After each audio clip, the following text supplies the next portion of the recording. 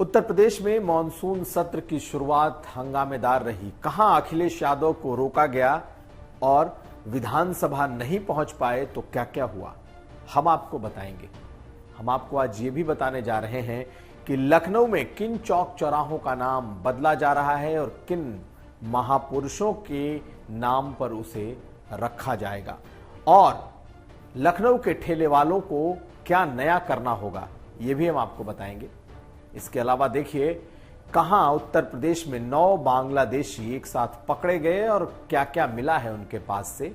और आखिर में एक अनोखी शादी इसलिए क्योंकि मुस्लिम दंपत्ति अमेरिका से आकर उसने दोबारा शादी की, तो क्यों। नमस्कार, मैं हूं कुमार अभिषेक, आप देख रहे हो यूपी तक और हम हाजिर हैं अपना न्यूज शो आज का यूपी लेकर। आज का दिन उत्तर प्रदेश में सियासी गहमा गहमी का दिन इसलिए रहा क्योंकि मॉनसून सत्र की शुरुआत में ही अखिलेश यादव ने आज अपनी पदयात्रा की। उनकी पदयात्रा उनके दफ्तर से निकलकर 150 मीटर दूर गई होगी कि रोक दी गई, क्योंकि अखिलेश यादव आज अपने दफ्तर से विधानसभा तक अपने विधायकों के साथ पैदल कूच कर रहे थे। और उसकी वजह थी सरकार को अलग अलग मुद्दों पर घेरने की। महंगाई, भ्रष्टाचार, महिलाओं के प्रति अपराध, रोजगार, ऐसे तमाम सवालों पर जिसे लेकर पिछले कुछ समय से समाजवादी पार्टी ने धरना, प्रदर्शन और आंदोलन कर रखा है। आज जब मॉनसून सत्र की शुरुआत हो रही थी तो शुरुआत के दिन अखिलेश यादव ने यह प्लान रखा था कि वो घर से विधानसभा तक पैदल जाएंगे। लेकिन जब अखिलेश यादव का दफ्तर से निकलकर जब वो विधानसभा चले तो 150 मीटर की दूरी पर ही उन्हें रोक दिया गया। खूब हंगामा हुआ, गुत्थम गुत्था हुई। अखिलेश यादव वहीं बैठ गए और उन्होंने वहीं पर सदन लगा दी।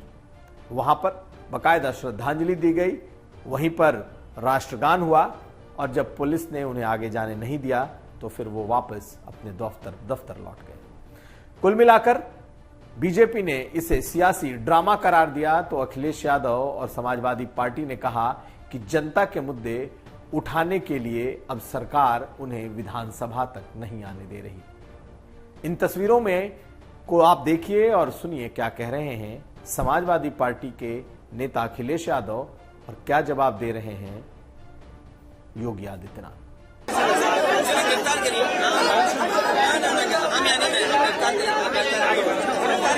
किसी भी दल को और किसी भी व्यक्ति को लोकतांत्रिक तरीके से अपनी बात रखने में कहीं कोई बुराई नहीं है। हर एक व्यक्ति को है। नियमानुसार अगर उन्होंने कोई परमिशन मांगी होगी तो पुलिस उन्हें सुरक्षित और सही मार्ग अवश्य देगी और परमिशन भी देगी, इसमें कोई संदेह नहीं। लेकिन यह दायित्व संबंधित और जिम्मेदार नागरिकों या जिम्मेदार संगठन और राजनीतिक दलों का एक नैतिक दायित्व कर्तव्य भी बनता है कि अपने किसी भी आंदोलन के लिए या किसी भी प्रोसेशन के लिए उनको नियमानुसार परमिशन मांगनी चाहिए और बिना पब्लिक व्यवस्था को, लोक व्यवस्था को भंग किए उस कार्यक्रम को निर्विघ्न संपन्न करने की व्यवस्था देने का दायित्व प्रशासन का है। प्रशासन उसके तहत ही अपने कार्रवाई को आगे बढ़ाएगा। लखनऊ प्रशासन अब लखनऊ शहर में काफी कुछ बदलने की तैयारी में है और एक बदलाव पुराने नामों को हटाकर उन जगहों को नए नाम लगाने की है।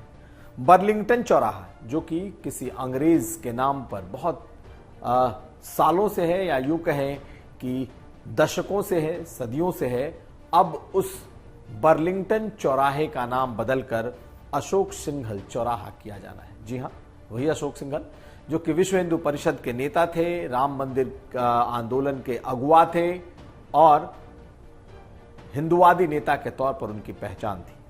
तो बर्लिंगटन चौराहा अब अशोक सिंघल चौराहे के नाम से जाना जाएगा। यह बड़ा बदलाव है जो कि लखनऊ प्रशासन ने किया है। और साथ साथ सिकंदर बाग, जो सिकंदर बाग चौराहा है वो अब उदा देवी चौराहे वीरांगना उदा देवी चौराहे के नाम से जाना जाएगा।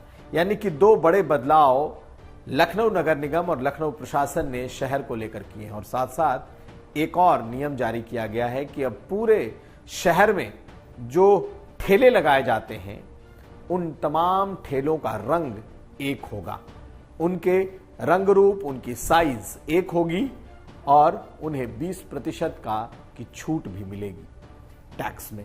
तो कुल मिलाकर के ये कहा जा सकता है कि लखनऊ नगर निगम, लखनऊ प्रशासन लखनऊ शहर में काफी कुछ बदलने की तैयारी में है। लेकिन जिस तरीके से अंग्रेज के नाम को हटाकर अशोक सिंघल के नाम पर बर्लिंगटन चौराहा या फिर सिकंदर बाग, जो कि बहुत सालों से, दशकों से सिकंदर बाग जिसका नाम है, लखनऊ से जिसकी पहचान है, अब इन पहचान की जगह नए नाम लाए जाने के बाद लखनऊ वासी कैसी प्रतिक्रिया देते हैं, इस पर भी नजर रहेगी।